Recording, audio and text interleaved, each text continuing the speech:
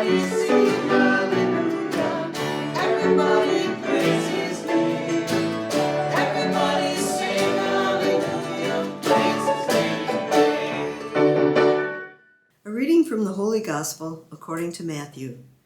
As Jesus was telling what the kingdom of heaven would be like, he said, "Early one morning, a man went out to hire some workers for his vineyard.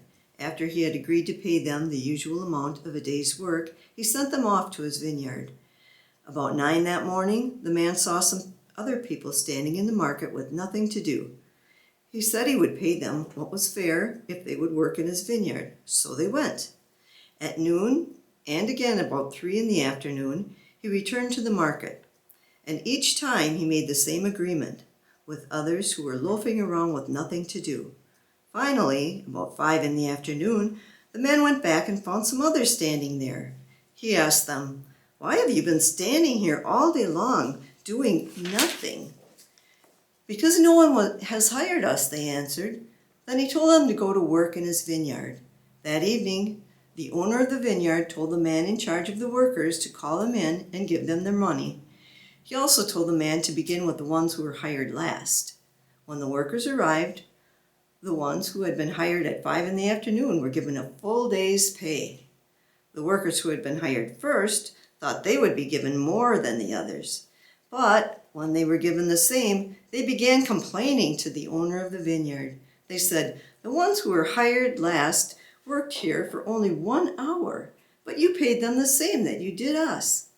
And we worked in the hot sun all day long.' The owner answered one of them, 'Friend, I didn't cheat you. I paid you exactly what we agreed on. Take your money now and go. What business is it of yours if I want to pay them the same that I paid you? Don't I have the right to do what I want with my own money? Why should you be jealous if I want to be generous?' Jesus then said, 'So it is. Everyone who is now first will be last.' The Gospel of the Lord. Praise to you, Lord Jesus Christ.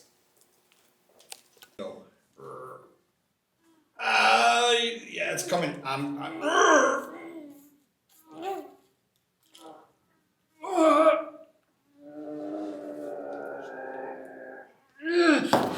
Yes! Yes! Got you! Rock, paper, scissors, shoot. All right, you won. Yeah. Rock, paper, scissors, shoot. Covers? Covers. Ah. Rock, paper, scissors, shoot. Ah! Rock, paper, scissors, shoot. Ah! Rock, paper, scissors, shoot. Oh, you kidding me? Rock, paper, scissors, shoot. Oh, yes! Winner! So competitive. Look at, why are you so nervous? I got to. Oh, man. You're just looking for an excuse to slap me. I finally beat him, Mr. Competitive. Gospel message today. I like it. You know, Yes. we live in a world where we feel like we always have to win. We always have to be number one, right? Mm-hmm. Mm-hmm. It's great to win, Mm-hmm. right? It's great to be number one at times. Mm-hmm. Yep. Especially if you're me in the past couple of competitions, right? Nailed it. But Jesus is clearly telling us when working towards heaven that whether you come to know Jesus now or later on in life, that we're all equal, that you can't earn different levels of heaven, right? Yeah. Like heaven is heaven. Right. And, you know, the thing is, you can look at this so many different ways, but, you know, oftentimes we think about what can we do? The word do. And I think the word do gets us in a lot of trouble sometimes because do is about us, right? And in this story, I think it's beautiful because it's not about the do. It's because of who I am or who he is. And we're all accepted no matter what phase and what level we come in at, right? Yeah. So, anyway, the story I told at our meeting the other day was, at the DeGroat family, which is, a pretty large family. At Christmas time, everybody's supposed to be there by 3 o'clock. so that we can open presents by 4 o'clock and eat dinner by 5. So, how many people are in your family? Oh dear, like my immediate family? Yeah. Oh boy, put me on the spot here. Like 12? So whose house do you go to? We go to my mom and dad's You house. go to mom and dad's house. So there's 50 people there? Well, just our immediate family, but as far as the Van Havels and the Gladmans, we Yeah. have to rent out the church for that. Yeah. So anyway, inevitably there's people that are stuck at other relatives' houses that come in a little late, right? And then there's those people that are all uptight about the schedule, and where are they? Give them a call on the phone, find out where they are, because they need to be here because we need to do this and celebrate this. And then there's my dad. My dad just sitting there Deacon Vin. calmly, Deacon Vin. And no matter how late you come in, or how early you come in, you get a big hug, and he's just chill and he loves you. He's just glad you're there. Yeah. Because he knows that you've had to do this, or you've maybe had to stop for gas or whatever, and he's not concerned about that. He's just glad you're there. He's just glad to see you. He loves you as unconditionally as a person can love you, and that's my take from this story. Is that's the same way Christ is loving us and accepting us. Doesn't matter. It doesn't matter. None of the do that we have matters, because he paid for it all on the cross. Yeah. He did the do. He did the do. We don't do the do. So, anyhow. I love it. Jesus is a lot like Christmas Jimmy, Day at the Groats. Jimmy D's dad, right? Deacon Vin. He's just waiting with open arms for us to come to him. Right. On Christmas Eve, just like Deacon Vin.